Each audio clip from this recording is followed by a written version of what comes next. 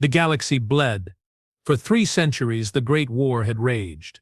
A cosmic conflagration ignited by ancient grudges and fueled by the insatiable hunger for resources, territory, and the sheer, brutal assertion of dominance. 2 titanic empires, the crystalline lattice of the Kothar hegemony, and the bioluminescent swarm of the Veln collective, had locked horns across the spiral arms.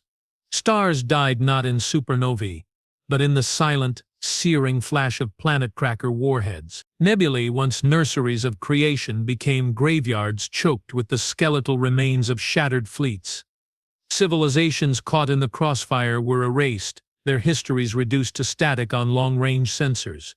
The war wasn't just fought, it was consumed. It devoured worlds, species, and hope itself. And then, Earth. A pale blue dot, clinging stubbornly to life in an unremarkable G-type star system, on the fringes of the galactic map. A world the Cathar dismissed as a biological anomaly, a planet teeming with chaotic, aggressive, short-lived carbon-based life. The Veln saw it as a primitive nutrient sink, inefficient and unstable. Both empires had scanned it centuries ago, noted its lack of exotic minerals or strategic position, and filed it under irrelevant. Humanity, blissfully unaware of the cosmic storm raging light-years away, had only just cracked the secrets of fusion and begun tentative steps beyond its cradle. They were the last to know the war existed, the last to be invited to the slaughter, until the day the sky tore open. Cathar Command Vessel Resplendent Edict, Orbit of Sol 3. High Strategist Verloc stood on the observation blister, his multifaceted eyes drinking in the vista below. Sol III. Orth, the designation felt clumsy in his mind. A crude approximation of the planet's true chaotic resonance. Through the polarized viewport, the world swirled, a maelstrom of blues, greens, and browns, veined with the sickly yellow-orange glow artificial lights. It was loud, not audibly, of course, but sensorially, cacophony of electromagnetic chatter, thermal blooms from countless population centers, atmospheric turbulence generated by primitive combustion engines. To Verloc, raised amidst the serene geometric harmonies of Cathar crystal cities, it was profoundly unsettling, like listening to a symphony played on broken glass. Analysis confirms, strategist, drone subcommander Zilithic, his voice a series of precise clicks modulated through a vocal synthesizer. Atmospheric composition, nitrogen 78%, oxygen 21%, trace volatiles, surface gravity, 1.0 standard. Biosphere, hyper-diverse, hyper-aggressive. Fauna exhibits extreme territoriality and predation rates. Flora demonstrates rapid, often violent, competitive growth patterns. Dissetigation, Deathworld. Redlax crystalline carapace, rippled with a faint internal luminescence, a sign of deep contemplation, bordering on unease. Deathworld, a crude term, but apt. Observe the orbital debris field, primitive satellites, kinetic kill vehicles. They are already littering their own cradle with the detritus of conflict. And their energy signatures, concentrated bursts of fusion fission. They weaponize their own power sources, with alarming alacrity. He zoomed the external sensors. Below, continents sprawled. One landmass, dense with the electromagnetic hum of industry and dense population clusters, pulsed with particular intensity. Focus on Sector Gamma 7, designation North America, highest concentration of technological signatures, highest density of military signatures. Zoltink's response was immediate, laced with the cold logic of the hegemony. Recommend immediate sterilization protocol. Strategist. Deploy atmospheric incinerators. Render the biosphere inert. Eliminate the potential threat vector before it achieves interstellar capability. Standard procedure for nascent Deathworld civilizations exhibiting weaponization tendencies. Vitrok remained silent for a long moment. The hegemony's doctrine was clear: preemptive neutralization of potential rivals, especially Deathworlds. Their chaotic biology bred unpredictable, often terrifyingly resilient warriors. The Veln had learned that the hard way on Silos Prime, where a single, primitive reptilian species had held off a Veln bioswarm for 17 standard cycles using nothing but sharpened rocks and suicidal ferocity. But Earth felt different. Not just aggressive, but adaptive, fractured.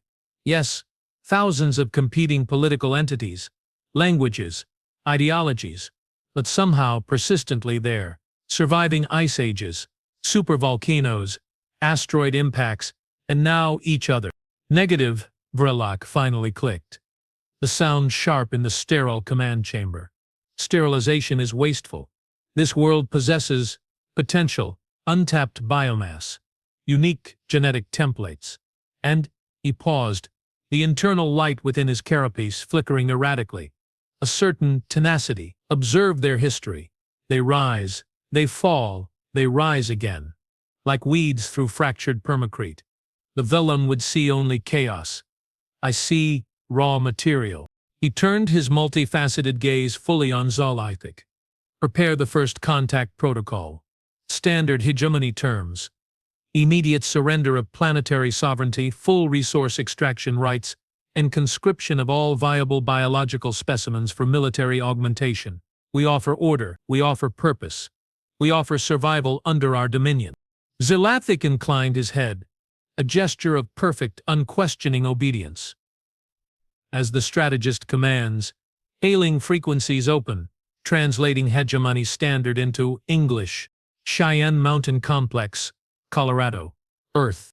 The air in the war room tasted of stale coffee, ozone from overheating servers, and pure, unadulterated terror. General Eris Thorne, callsign Iron Hand, stood ramrod straight before the massive holotank dominating the center of the room.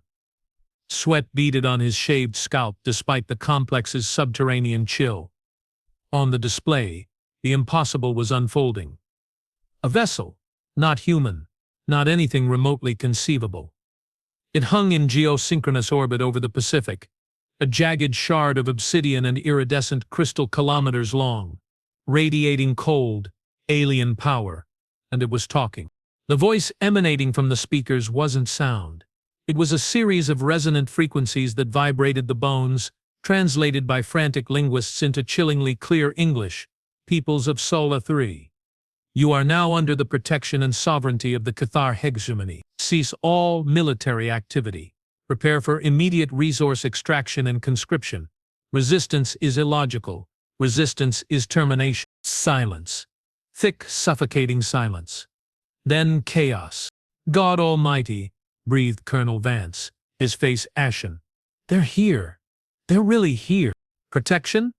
Spat Major Lee, her knuckles white on the edge of the console. That's an ultimatum. They're demanding we roll over and die. Thorne didn't flinch. His eyes, the color of weathered granite, remained fixed on the alien vessel. Decades of command, of staring down nuclear annihilation during the resource wars, had forged him into something unbreakable. But this was different. This wasn't human malice. This was cosmic indifference. The casual dismissal of an entire species as mere raw material, a cold fury deeper and more terrifying than any he'd known, began to coil in his gut. Status on global comms? Thorne's voice was low, gravelly, cutting through the panic like a vibroblade. Jamming is total, sir, reported a tech, voice trembling. Not just radio. Everything. Satellites are blind. Internet's gone dark. It's like they've wrapped the whole planet in a silence. Global military readiness. Scattered, sir. Confused. Some commands are reporting attempted launches, all failing. Their systems are being overridden.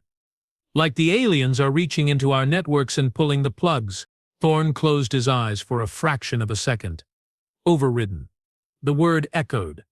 Humanity's greatest strength, its interconnected technology, its global reach, was its greatest vulnerability.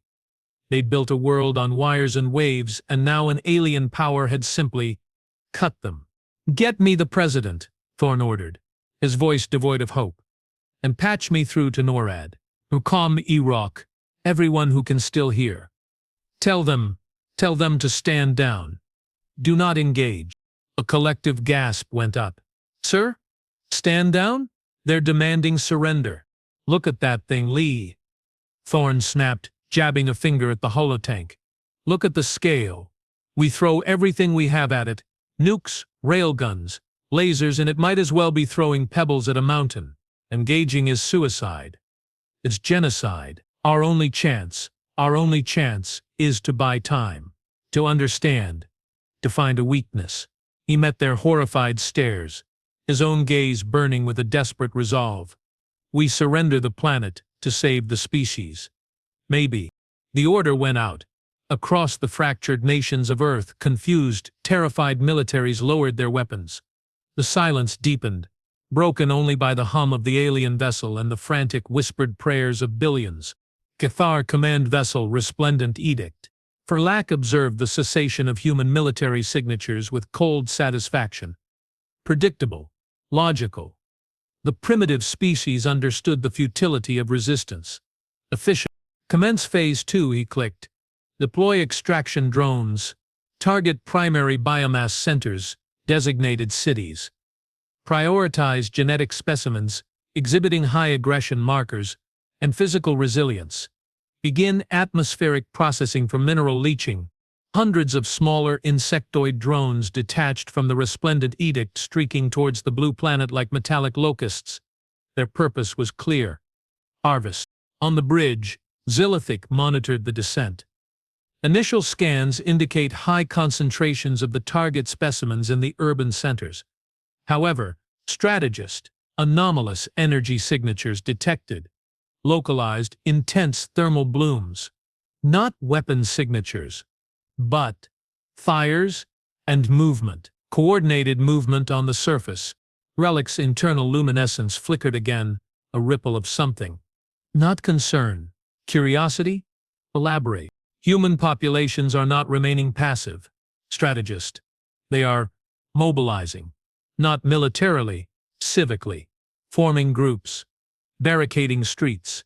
Using primitive vehicles and structures as obstacles. And they are setting controlled fires. Creating smoke screens. Obscuring drone targeting. A low, resonant hum emanated from Vlogrock. A sound akin to grinding crystal. Primitive. Inefficient. They cannot stop the drones. They merely delay the inevitable. Proceed. But as the first wave of drones descended towards the sprawling metropolis designated New York, something unexpected happened. The humans didn't just hide, they fought back, not with lasers or missiles. With everything. Fire trucks, repurposed as mobile flamethrowers, spewed jets of burning fuel. Construction cranes swung wrecking balls with terrifying accuracy. Makeshift EMP devices, cobbled together from microwave ovens and car batteries, fizzed and sparked, frying drone circuitry in localized bursts. Crowds, armed with nothing but pipes, Molotov cocktails, and sheer screaming fury, swarmed the grounded drones, tearing them apart with bare hands. It was chaotic, suicidal, and utterly ineffective against the hegemony's technology. Yet it was happening. Everywhere. Zelthic's voice held a rare note of static confusion. Strategist. Their resistance is illogical. They inflict negligible damage. They suffer catastrophic casualties, yet they persist. They adapt. They are using the urban environment itself as a weapon. Relac watched the sensor feeds. The chaotic ballet of human desperation playing out on his crystalline display. He saw a drone, its targeting sensors blinded by smoke, crash into a skyscraper. He saw humans swarming it, not just destroying it but dismantling it, salvaging components with frantic speed. He saw a group using a hijacked subway train as a battering ram against another drone. It wasn't strategy, it was ferocity. A raw, untamed will to survive that defied all Cathar models of rational behavior. Cease Phase 2. Relac commanded, the clicks sharper now. Recall all drones, full tactical retreat to orbit. Strategist? The biome? Recall them. The command was absolute, laced with an urgency Zolithic had never heard before. Vlilak's multifaceted eyes remained fixed on the planet below, on the tiny flickering points of human resistance that refused to be extinguished. A cold dread, alien and unwelcome, began to seep into his crystalline core. This wasn't just a death world, this was a nest, and they had just poked it with a very sharp stick. Cheyenne Mountain Complex. Thorne watched the alien drones retreat on the holotank, a grim satisfaction warring with profound dread. They'd bought minutes, maybe hours, not victory, never victory, but time. Sir, Lee said, her voice hoarse but steady. Global resistance cells are reporting in. Spontaneous. Uncoordinated. But they're fighting, using everything they've got. They're calling it the Scramble. The Scramble, Thorne repeated, the name tasting like ash and iron. Good, let them scramble. Every second they buy. He trailed off, his eyes scanning the data streams. Something else was happening. Deep space sensors, miraculously still functional on the far side of the moon, were picking up another signature. Vast, organic, pulsing with a sickly green luminescence. Approaching Saul at impossible speed. Lee, Thorne said, his voice dropping to a whisper that cut through the room's tension. What the hell is that? Lysia's face drained of all remaining color as she pulled up the long-range scan. It's another fleet, sir, but different. Biosignatures off the charts. It's the Veln collective. The room froze. The air turned to ice. The Cathar hegemony had come to claim Earth. And now, drawn by the commotion, the galaxy's other great predator had arrived. Two empires, locked in a death struggle for centuries, converging on the one planet they both deemed irrelevant, and now potentially valuable. Thorne looked from the retreating Cathar shards to the approaching Velon bio-horizon on the holotank. He saw not salvation, but a vice closing. Humanity wasn't just caught in the crossfire. They were the bait. Sound condition black, Thorne ordered, his voice like stone grinding on stone. All hands. This isn't just about survival anymore. This is about choosing which god we die serving. Or, he paused, a flicker of something dangerous in his granite eyes, finding a way to make both gods bleed. The klaxons began to wail, a sound of pure, unadulterated doom. The Scramble had just become a three-way war, and humanity, the last to join, stood alone on the killing floor. The Veln arrived not with a hail but with a consumption. Their fleet wasn't ships, it was a living, breathing ecosystem of colossal bioships, leviathans of chit protein and pulsating muscle, trailing tendrils that siphoned solar radiation. They didn't broadcast demands. They simply absorbed. Spheric processors deployed from the Cathar vessel were torn apart by swarms of razor-winged biodrones. Orbital platforms were dissolved by corrosive spores. The Veln didn't seek to rule Earth. They sought to digest it, to break it down into its constituent biomass and energy, feeding the insatiable hunger of the collective. Chaos, previously a human affair, became universal. Konta command vessel resplendent edict. Vedalok watched the Veln bioswarm engulf his extraction drones with cold fury. The collective. They dare interfere in hegemony acquisition. His crystalline carapace glowed with angry crimson light. Deploy the shard lances. Scour the Veln filth from soul space. Energy beams, coherent streams of focused gravitons, lanced out from the resplendent edict, shearing through the leading Veln bioships. Chatten shattered, each vaporized in the vacuum. But for every bioship destroyed, a dozen more surged forward, regenerating, adapting. The Veln didn't fight like the Cathar. They flowed. They overwhelmed with sheer, relentless biomass. Strategist, Zealthic's voice crackled with static. The Veln are targeting Earth's biosphere directly. They are deploying atmospheric digesters. They will render the planet's sterile slurry within cycles. Veralik's mind raced. The planet was useless to him, if the Veln consumed it, but engaging the Veln fleet directly risked catastrophic losses. His eyes flickered to the sensor feed, showing the chaotic, persistent human resistance on the surface. Those tiny, flickering points of defiance, they were disrupting Veln ground operations too.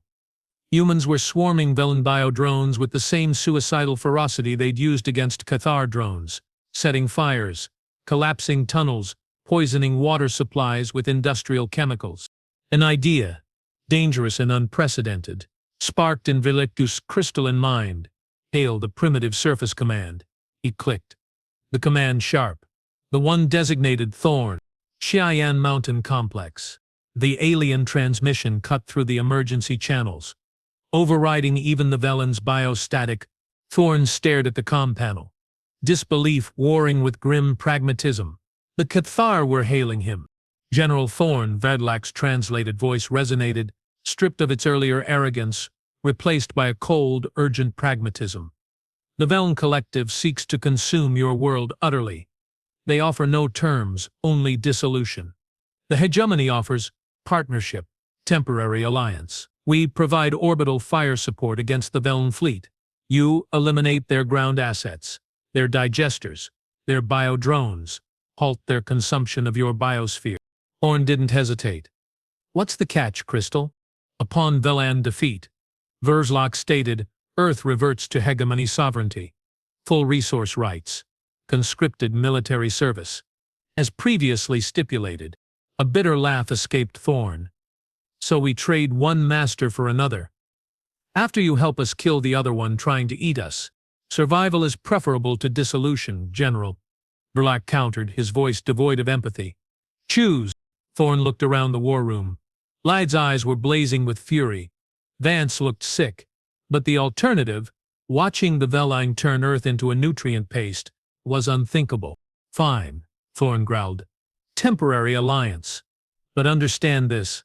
Verslack, if you double-cross us, if you so much as look like you're turning those shard lances on us, we'll find a way to make your precious crystal ship hurt. A pause, then a single sharp click. Understood. Coordinates for primary Velalda digester deployment transmitted. Hegemony fire support engaged. Above, the Cathar fleet shifted. Shard lances previously targeting Velin capital ships, now focused on specific points on the planet's surface. Velin atmospheric processors and massive biodigester maws. Precision strikes vaporized key Velin ground assets in blinding flashes of light. On the ground, the effect was electrifying. Human resistance cells, already fighting a desperate holding action against swarming biodrones, saw their most dangerous targets obliterated from orbit. Morale teetering on the edge of collapse surged. Go, go, go! Thrept into the global command net, his voice amplified to every surviving resistance cell. The sky's on our side for now. Hit the Vel hard, target their command nodes, their spore launchers. Make every bullet count. This is our world to burn, not theirs to eat. The Scramble became a coordinated, brutal counter-offensive. Humans, armed with scavenged alien tech, jury-rigged weapons, and an unbreakable will, surged forward. They used the Cathar orbital strikes as cover, moving like ghosts through the smoke and ruins, planting shaped charges on Velin biostructures, luring swarms into pre-laid traps of fire and acid. They fought not just for survival but for the right to be conquered by the lesser evil. It was a bitter, soul-crushing victory in the making. Velin Bio Command Nexus. Orbit of Sol 3. Within the pulsating heart of the largest Veln Bio ship, the collective mind stirred. It wasn't a single entity, but a gestalt consciousness formed from trillions of interconnected bio-neural nodes. It perceived the Cathar orbital strikes, the sudden coordinated ferocity of the human resistance. It perceived the alliance, inefficiency. Illogical, a thought rippled through the collective. The crystalline order seeks to preserve the biomass for its own sterile consumption. The primitives fight with chaotic, self-destructive fervor. Both are flawed. Both are obstacles. The collective mind analyzed the human resistance patterns. Not just random violence. Adaptation. Improvisation, exploitation of environment, a terrifyingly efficient form of asymmetric warfare. And they were learning. They were already incorporating salvaged Cathar drone components into their weapons, using Velin biotoxins as chemical agents. The primitives are the key, the collective realized. Their chaotic resilience disrupts both the crystalline order and our efficient consumption. They are the variable. The anomaly. A new directive pulsed through the Vel fleet.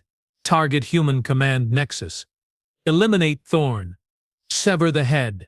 The body will follow. Cheyenne Mountain Complex. The attack came without warning. Not from orbit. From within. Veln bioinfiltrators, small chameleonic creatures that had hitched rides on debris or slipped through ventilation shafts, swarmed the mountain complex, silent, deadly. They secreted neurotoxins, shorted critical systems, and tore through security with razor-sharp claws. Alarms shrieked. Lights flickered. The air filled with the acrid stench of burning insulation, and something sickly sweet.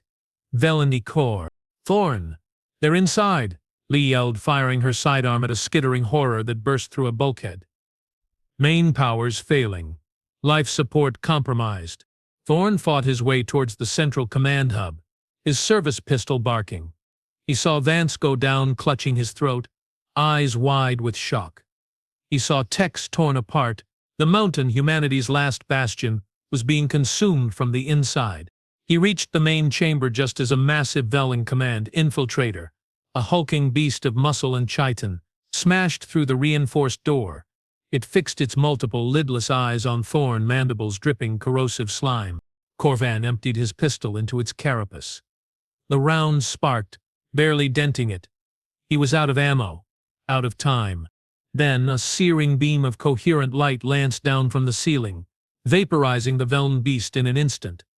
The Thorne looked up.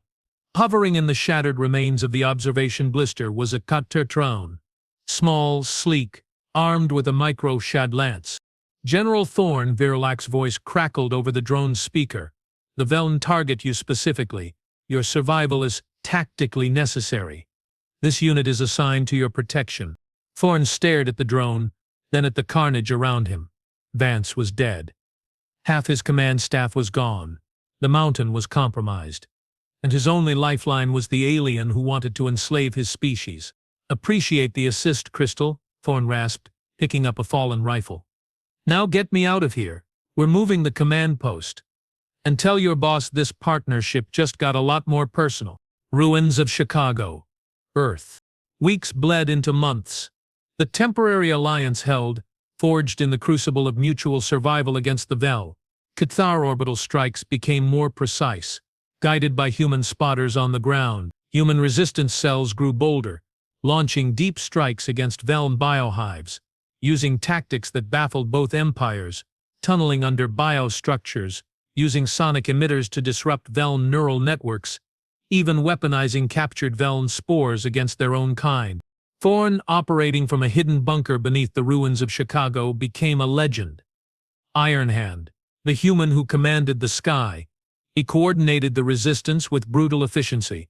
His grief for Vance and the lost hardened into a cold, focused rage. He trusted no one, not the Cathar, not even his own fractured governments, only the fighters on the ground, the ones bleeding in the mud for a world that might not survive. Verlac, observing from orbit, found his initial disdain for humanity eroding. He studied Thorne's tactics, the human capacity for sacrifice, their terrifying ability to turn anything into a weapon. He saw footage of a human squad holding a bridge against a Veln swarm, knowing they would die, buying minutes for civilians to escape. They didn't just fight. They protected, a concept alien to the hegemony's rigid hierarchy. One night, monitoring a human frequency, Black heard a song, a simple, haunting melody sung by a woman in a ruined church, accompanied by a cracked piano. It spoke of loss, of hope, of love enduring even in ashes. The crystalline logic of the hegemony had no framework for such inefficiency, yet it resonated within Black's core in a way the sterile harmonies of his homeworld never had. He recorded it, played it back over and over, the unfamiliar vibrations stirring something deep and unsettling. Cathar Command Vessel Resplendent Edict. The turning point came during the Battle of the Amazon. The Veln had established a massive biohive deep within the rainforest, a nexus for terraforming the entire continent into digestible slurry. Cathar orbital strikes were ineffective against the dense canopy and the hive's regenerative bioshield. Thorne proposed a ground assault, a suicide mission. Insert a team deep into the hive, plant a series of fusion warheads at its neural core. Risalik, against all hegemony doctrine. Approved. He assigned his personal drone escort to the mission leader, Major Lee. The assault was a nightmare. The jungle itself seemed alive, hostile. Veln biotraps, venomous flora, swarms of razor midges. Lysa's team was whittled down to a handful. They reached the core chamber, a pulsating cavern of raw biomass, but the warheads were damaged. Only one would detonate, and not enough to destroy the hive. Le made the call. She stayed behind, manually overriding the warhead's safeties, buying time for her team to escape. The last transmission was her voice, calm, resolute. "Tell Thorne. Tell him we held the line. Tell him Earth is worth it." Then static, in a bloom of light visible even from orbit. Verlac watched the sensor feed go dark. He saw the single defiant explosion tear through the Veln hive. He saw Leafig's sacrifice achieve what a Cathar fleet could not. A profound silence fell over the resplendent Edict's bridge. Zalefic remained stoic, but Verlac felt a fracture in his crystalline certainty. This human, this primitive, had chosen annihilation for a cause beyond herself, beyond survival, for Earth. He accessed the recording of the woman's song from the ruined church. He played it softly in his private chamber as the Amazon burned below. The inefficiency of it, the beauty of it, it was a weapon the hegemony had never conceived. Cheyenne Mountain ruins, now Veln bioprocessing site. Thorne received the news of Lee's death in the silent bunker. He didn't speak, didn't rage. He simply sat in the dim light, the weight of command crushing him. Leesery, Thance, countless others, all for what to be handed over to the Cathar like cattle. He accessed the secure channel to Vortlak. "You got your victory in the Amazon, Crystal, cost us good people. Now it's your turn to hold up your end."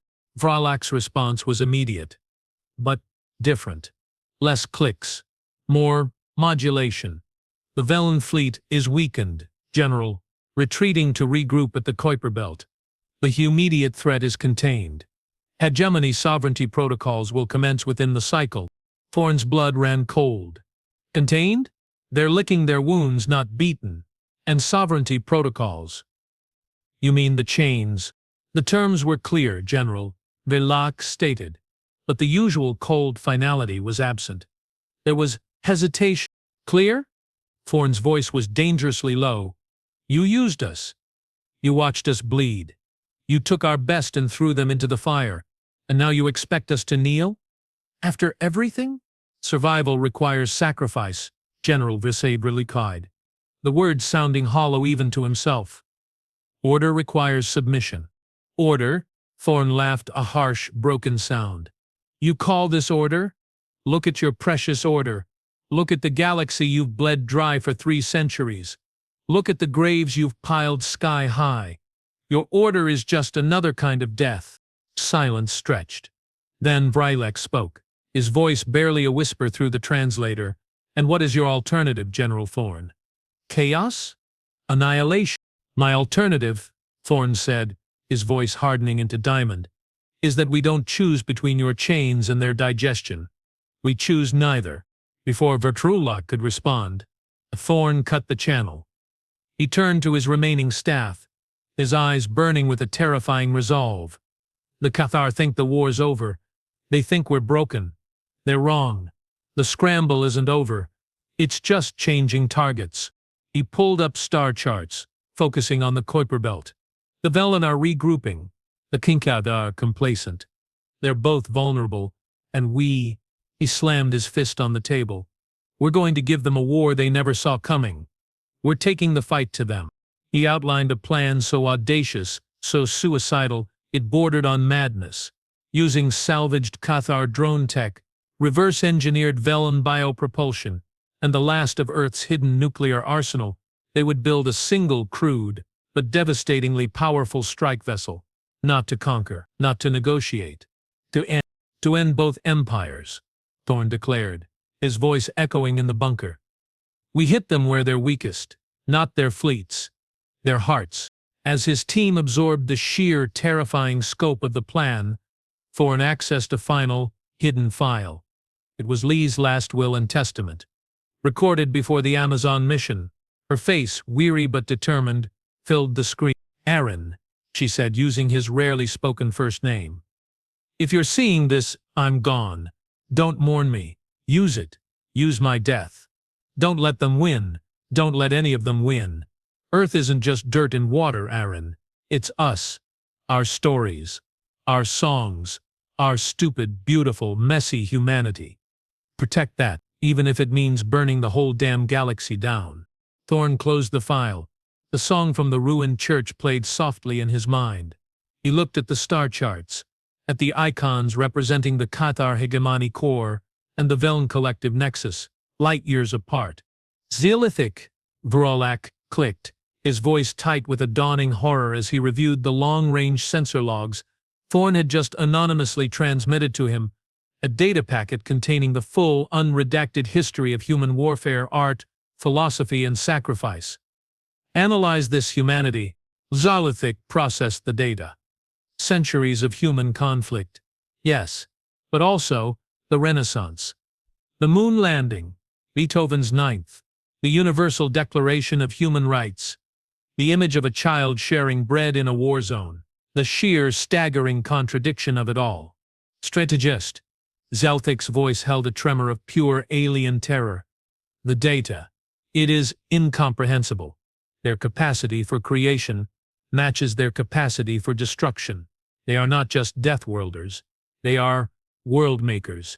And they are building a weapon, not for conquest, for extinction. Relok stared at the sensor display showing the crude, jury-rigged human vessel taking shape in the hidden shipyards of Luna.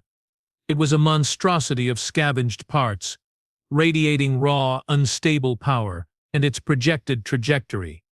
It wasn't aimed at the Veln regrouping in the Kuiper Belt. It was aimed at the Cathar hegemony core. The devastating revelation struck Varatlak like a physical blow. Humanity wasn't just fighting to survive the war, they were fighting to end all wars. By ending the warmongers, starting with the hegemony, the temporary alliance shattered. Not with a bang, but with the silent, chilling realization of what the last species to join the war was truly capable of. And the first empire to feel its wrath would be the one that thought it had won. The Odyssey wasn't a ship, it was a tomb with engines. A monument to human fury and desperation, cobbled together in the silent craters of the moon's far side. Its hull was a patchwork of Cathar drone carapace, Veln biochitin, and the scarred steel of decommissioned human freighters. Its heart was a stolen Cathar Drevitan core, jury-rigged to overload, wrapped in the last 50 thermonuclear warheads Earth possessed. Its crew Thorne, a skeleton team of the hardest, most broken survivors, and the ghost of every human who had bled for this moment. Their target, Cathar Prime, the crystalline heart of the hegemony. A world of perfect geometric cities, serene energy flows, and absolute unchallenged order. A world that had never known war on its own soil for 10,000 years. Cathar Prime, hegemony core world. Renlac stood on the highest spire of the Grand Conclave. The city of Lumina spread below him like a flawless diamond. The air hummed with perfect harmony. The sky was clear, the twin suns casting sharp, clean shadows. Order. Peace. The hegemony's birthright. And it was a lie. The data packet from Earth haunted him. The song, Lick's Sacrifice. Thorne's burning eyes. The sheer, terrifying weight of human history, their art born from suffering, their compassion forged in fire. They weren't primitives. They were a storm given form, and the storm was coming for him. Strategist. Zeolithic approached, his carapace dim. Long-range sensors confirm. The human vessel, the Odyssey, has entered hegemony space. It bypassed all outer patrols. Its drive signature, it is unstable, catastrophic. Galactic didn't turn. They know they cannot win a battle. They seek only to end. Deploy the Grand Fleet. Scour them from space. Zelthic urged, the clicks sharp with panic, and risk them detonating that core near our orbital defenses? Vrelok countered, his voice low. The blast would shatter Lumina's crystal lattice, kill billions. They want that. They want us to react, to play their game. He finally turned, his multifaceted eyes reflecting the serene city below. No, we do not give them the war they expect. He made a decision that would shatter hegemony doctrine. Recall the Grand Fleet. Stand down all orbital defenses. Open a direct channel to the Odyssey. Galactic recoiled. Strategist, this is madness. They will interpret it as weakness. They will see it as what it is. The Black interrupted, his internal light pulsing with a strange, steady blue. An invitation. Aboard the Odyssey, the bridge was a cacophony of strange systems and grim silence. The Thorne stood before the main viewport, Qatar Prime filling the view, a world of impossible beauty and sterile perfection. It made his skin crawl. Receiving a hail, General, reported the comms officer, her voice tight. It's Vrlock. Direct line. Thorne's jaw tightened. Put him through. Vredlock's translated voice filled the bridge, calm, devoid of its usual arrogance. General Thorne, you have come far, further than any primitive species should. Your vessel, it is a weapon of finality. You intend to shatter the hegemony. Damn right I do, Thorne growled. You started this. You and the Veln, you treated us like dirt, like resources. You watched us bleed for your war. Now you get to see what that dirt can do when it's pissed off enough. Is annihilation your only answer, General? Vrlock asked, the question hanging in the air. To become the very monsters you fight? We're not monsters, Thorne shot back, his voice raw. We're survivors. And you left us no other choice. You offered chains. The Veln offered digestion. We choose freedom, even if it's just the freedom to die on our own terms, taking you bastards with us. A pause. Then Vrlock spoke, his voice softer, almost human. I have reviewed your history, General Thorne. Your wars, your art, your songs. I see now you do not wage war for territory or resources. You wage it for meaning, for the right to be. Even if it destroys you. Thorne was silent. No one had ever understood that. Not really. The hegemony offers no meaning, Vrlock continued. Only order. A cold, empty order that has bled the galaxy dry for centuries. Perhaps, it is time for that order to end. Thorne's eyes narrowed. What are you playing at, Crystal? I am playing nothing, General Barthlak said. Look. On the view screen, the sensor display updated. The vast Cathar Grand Fleet, which should have been swarming the Odyssey, was gone, retreating to distant orbits. The orbital defense platforms around Cathar Prime powered down, their weapons dark. You see? Vrlock said. No fleet, no defenses, only Lumina, only us. Do what you came to do. Thorne stared, disbelief warring with suspicion. Why? Why give up? Because, Vrlock's voice held a profound weariness.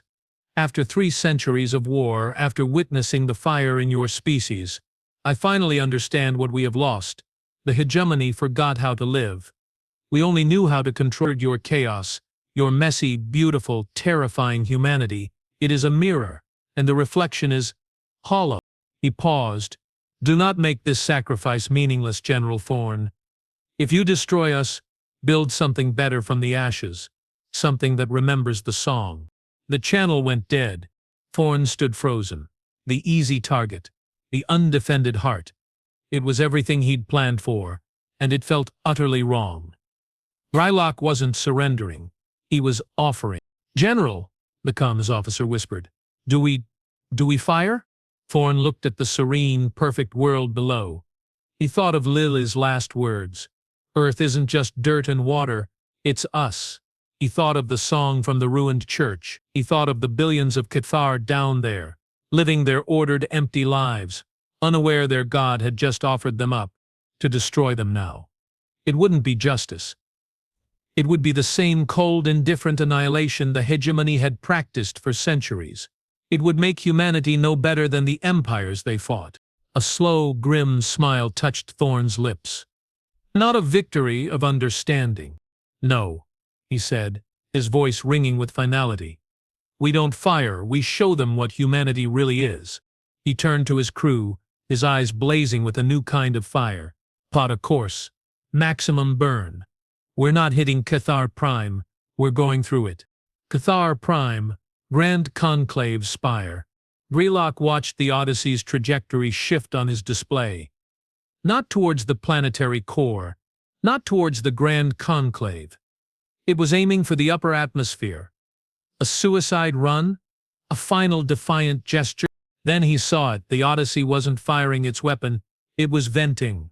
A massive cloud of something erupted from the vessel as it skimmed the upper atmosphere. Not plasma, not radiation. Sensor analysis flooded in. Strategist! Zalauthic cried, his voice shrill with terror. It's data. Encrypted data streams. Broadcasting on all frequencies. It's the entire human archive. History, art, music, science, philosophy. Everything. Vilek understood instantly. Thorne wasn't destroying the hegemony. He was infecting it. With humanity. The Odyssey, its mission complete, its graviton core critically unstable, didn't crash. It veered sharply, using the last of its power to slingshot around Cathar Prime, its course now set on a long, lonely vector into the interstellar void, a ghost ship carrying the last embers of Earth. But the data was everywhere. It flooded the hegemony's pristine networks. It poured into public data streams, educational archives, private comm units. A song from the ruined church played in crystal plazas. Images of Earth's oceans, forests and cities flickered on serene displays. The Declaration of Human Rights scrolled across government terminals. Beethoven's Ninth swelled in the silent halls of the Grand Conclave. Chaos. Beautiful. Terrifying chaos. Cathar citizens, raised in perfect order, were confronted with the raw, messy spectrum of human existence, their capacity for cruelty. Yes, but also their staggering capacity for love, creation, and sacrifice. They saw Lyda's last stand. They heard Thorne's defiance. They felt the ache of the song. A fracture appeared in the perfect crystal. Not of destruction, but of awakening. Deep space, en route to Veln collective nexus. The Odyssey was dying. Radiation leaks, hull breaches.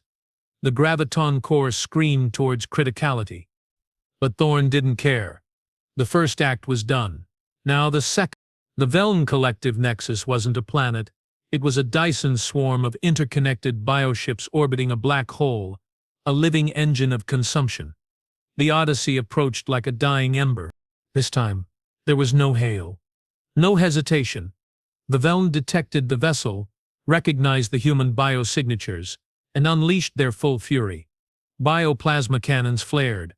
Swarms of devourer drones surged forward. The Odyssey fought back with the last of its strength. Jury-rigged Cathar point defense lasers lanced out, vaporizing drones. Salvaged Veln biotoxins were vented, creating corrosive clouds that disrupted the swarms. Thorne and his crew fought like demons, buying seconds. They reached the inner swarm. The core bioship pulsed with malevolent energy. Initiate final sequence. Thorne roared over the groaning of the ship. The last thermonuclear warheads, not aimed at the core but at the Odyssey's own graviton core, detonated. The explosion wasn't just nuclear. It was a graviton implosion, a singularity of pure focused annihilation. It didn't just destroy the Odyssey. It ripped through the Veln bioswarm like a scythe through wheat, the core bioship. The heart of the collective mind was consumed by the gravitational vortex, torn apart at a molecular level. The Veln collective didn't just lose a fleet, it lost its mind. The gestalt consciousness shattered, the bioswarm deprived of its central will fragmented, instinct took over. Survival, not consumption. The swarms turned on each other, or fled into the void mindless and broken. The Veln collective, the galaxy's great devourer, was reduced to scattered feral remnants. The Grand Conclave was different. Not ruined, but changed. Cracks ran through the perfect crystal spires, not from damage but from new growth vines, flowers, even small trees pushing through the sterile surfaces. The air hummed, not just with energy but with music. Human music and Cathar music, now infused with new, dissonant, beautiful harmonies. Brelek stood on the same spire, but he was no longer high strategist. The hegemony, fractured by the human data stream, had dissolved. In its place rose something new, fragile and uncertain. A coalition of worlds seeking a different path. Relak was its reluctant guide. He held a small crystalline data chip, the last transmission from the Odyssey, received just before its final detonation. Thorne's voice weary but resolute. Tell them we chose to build, not to break. Tell them, Earth lives. In the song, in the fight, in the choice to be better, even when it's hard, especially when it's hard. Verlak looked up at the stars. The war was over. The two great empires were gone. Not conquered, not enslaved. Transformed and shattered by the last species to join the fight. He accessed the song from the ruined church. It played softly in the changed air of Lumina. He closed his multifaceted eyes, not in contemplation of order, but in wonder at the beautiful, terrifying chaos of existence. The Odyssey was gone. Only debris remained, slowly dispersing into the interstellar medium. But adrift in that debris, tumbling silently through the void, was a single intact escape pod. Its power was low, life support minimal. Inside, suspended in cryostasis, was Eris Thorne. His mission wasn't over. The galaxy was free but fragile. New threats would rise. Old hatreds might fester. Someone had to watch. Someone had to remember the song. Someone had to carry the fire. The pod's course was set not for any known world, but for the unknown dark between the stars, the lone sentinel, the last human, the first guardian of a peace bought with unimaginable sacrifice. And as the pod drifted, a faint, almost imperceptible signal pulsed from its comm array, a simple repeating sequence. Not a distress call, a message, broadcast on all frequencies into the endless night. We are still here. The silence of the galaxy held its breath. The war was ended. But the story of humanity, the Deathworlders who became world makers, had only just begun.